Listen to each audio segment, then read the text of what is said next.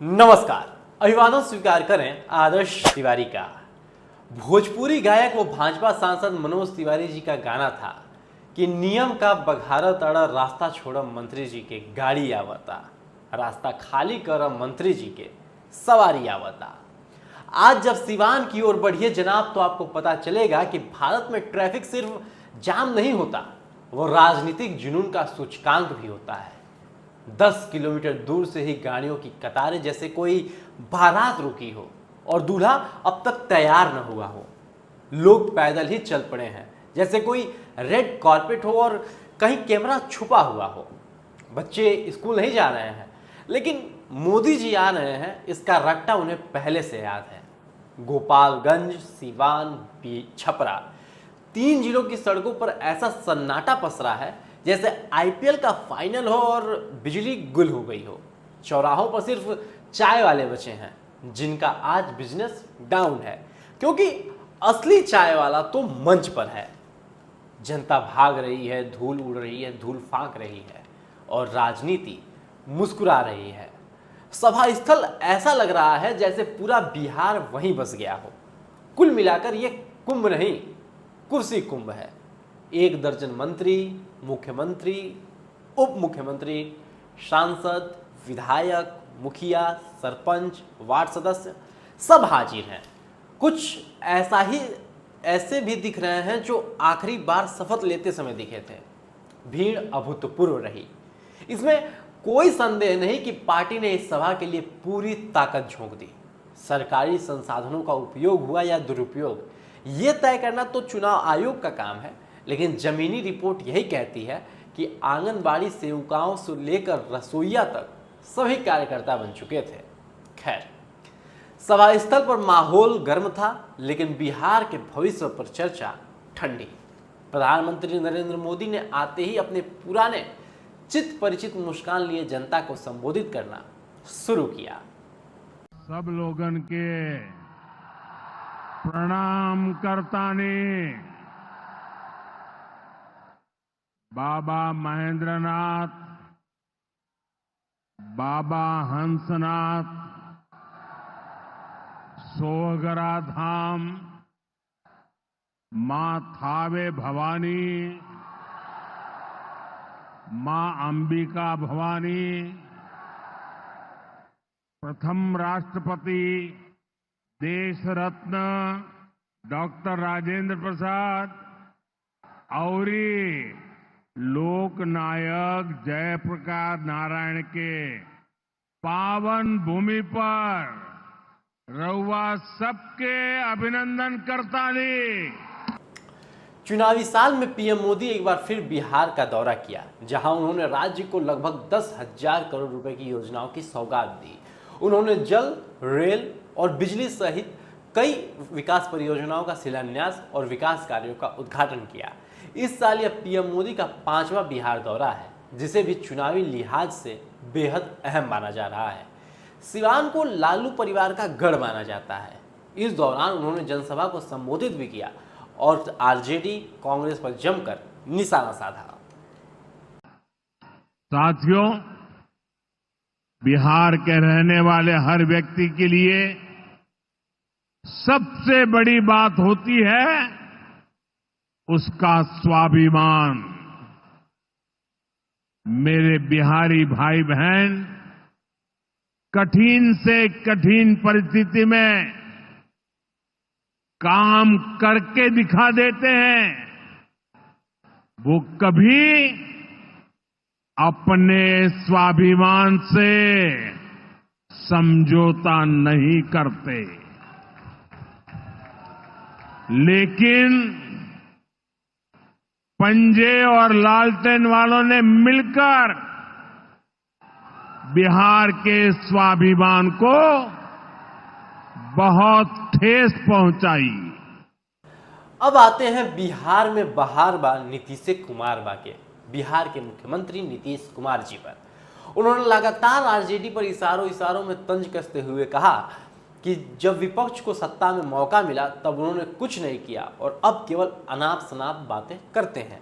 NDA सरकार के विकास कार्यों की सराहना करते हुए बिहार में बदलावों का जिक्र किया। सरकार आई तो हम लोगों ने महिलाओं को क्या दिया, 50% का आरक्षण 100 में ही कर दिया, और साथ में शहरी क्षेत्र में 4 साल हो गया, कितना काम किया। एक एक तरह से हम लोगों ने काम किया सब जगह। तो जो कुछ भी मौका मिला है वो सब मौका हम लोगों को मिलता रहा है। और हम लोगों को जब मिला, शुरू से ही शिक्षा और स्वास्थ्य के क्षेत्र में विशेष ध्यान दिया।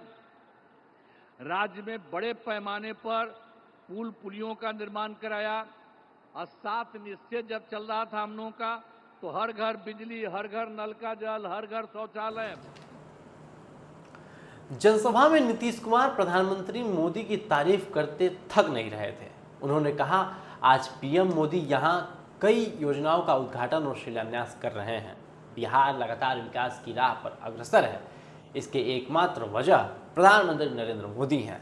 2005 में एनडीए की सरकार बनने से पहले बिहार की स्थिति दयनीय थी। उस समय लोग घर से बाहर निकलने से डरते थे। आज इतनी बड़ी संख्या में लोग पीएम मोदी को सुनने आए हैं। आप सब लोगों को तो मालूम न है जी कि अभी जो अब हम लोगों की सरकार बनी, एनडीए की सरकार, आज जिसमें जो सरकार बनी 24 नवंबर 2005 को, उसमें बीजेपी और जनता दल यू के लोग थे। ये सब आज भी और लोग भी हैं, सब लोग हैं। तो आप जानते हैं कि हम लोगों की जो सरकार बनी, तो तब से तो हम लोगों ने पूरे बिहार के लिए सारा काम किया है। लेकिन याद करिए, जब हम लोगों को, आप लोगों ने और पूरे बिहार ने ये मौका दिया, हम लोगों को एनडीए में, लेकिन उसके बाद जो बोलिए कि उसके पहले वाले जितने थे, अब आजकल अनाप शनाप चारों तरफ प्रचार प्रसार करता रहता है। ये बहुत ही बिना मतलब की बात है। लेकिन जरूर पूछना चाहिए कि जब हम लोगों की सरकार बनी तो उसके पहले क्या हाल था। कोई काम उन लोगों का नहीं था। और जानते हैं कि लोग घर से बाहर नहीं निकल पाते थे। ये सब बुरा हाल उन लोगों के टाइम में था। और आज आप देख रहे हैं, इतनी बड़ी संख्या में आप कहीं देखते थे?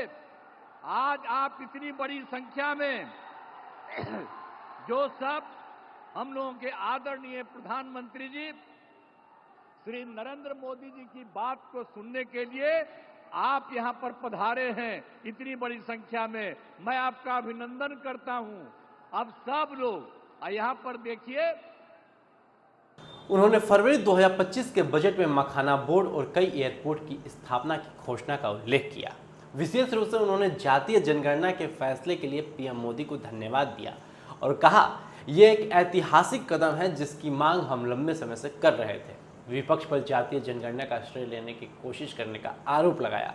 उन्होंने कहा, जब उनके पास मौका था तब उन्होंने कुछ नहीं किया, अब वे इसका क्रेडिट लेने में लगे हैं। उन्होंने लोगों से अपील की कि वे विपक्ष के बेकार की बातों में न आए और केंद्र और राज्य सरकार के कार्यों को याद रखें। इस सभा में घोषणाओं की झड़ी भी लगी। पीएम मोदी ने लगभग 10,000 करोड़ रुपए की 32 विकास परियोजनाओं का उद्घाटन और शिलान्यास किया, जिसमें रेल, जल आपूर्ति, बिजली और सीवरेज से जुड़ी योजनाएं शामिल हैं। बहरहाल, सिवान में इस जनसभा के जरिए एनडीए ने स्पष्ट संदेश दिया है कि बिहार में विकास बनाम वादों की लड़ाई में वह फ्रंट फुट पे है। जहां एक और भीड़ की उपस्थिति को पार्टी अपनी लोकप्रियता का संकेत मान रही है, वहीं विपक्ष इसे सरकारी तंत्र के सहारे जुटाई गई भीड़ बता रहा है। सभा बड़ी थी, सफल थी, इसमें दो राय नहीं, लेकिन भीड़ से नेतृत्व की गहराई मापना खतरनाक हो सकता है, क्योंकि बिहार में भीड़ जुटाना उतना ही आसान है जितना मुश्किल रोजगार जुटाना। सरकार के विरोधियों का आरोप है कि पूरी सरकारी मशीनरी सभा में झोंक दी गई। जनता आई नहीं थी, जनता लाई गई थी, ऐसा वे कहते हैं। लेकिन बिहार की राजनीति को जानने वाले समझते हैं कि ये कोई नया ट्रेंड नहीं है, ये परंपरा है। आज के लिए दीजिए मुझे इजाजत। यदि इस वीडियो को आप यूट्यूब पे देख रहे हैं तो चैनल को भी सब्सक्राइब करें और फेसबुक पे देख रहे हैं तो पेज को तुरंत फॉलो करें। धन्यवाद।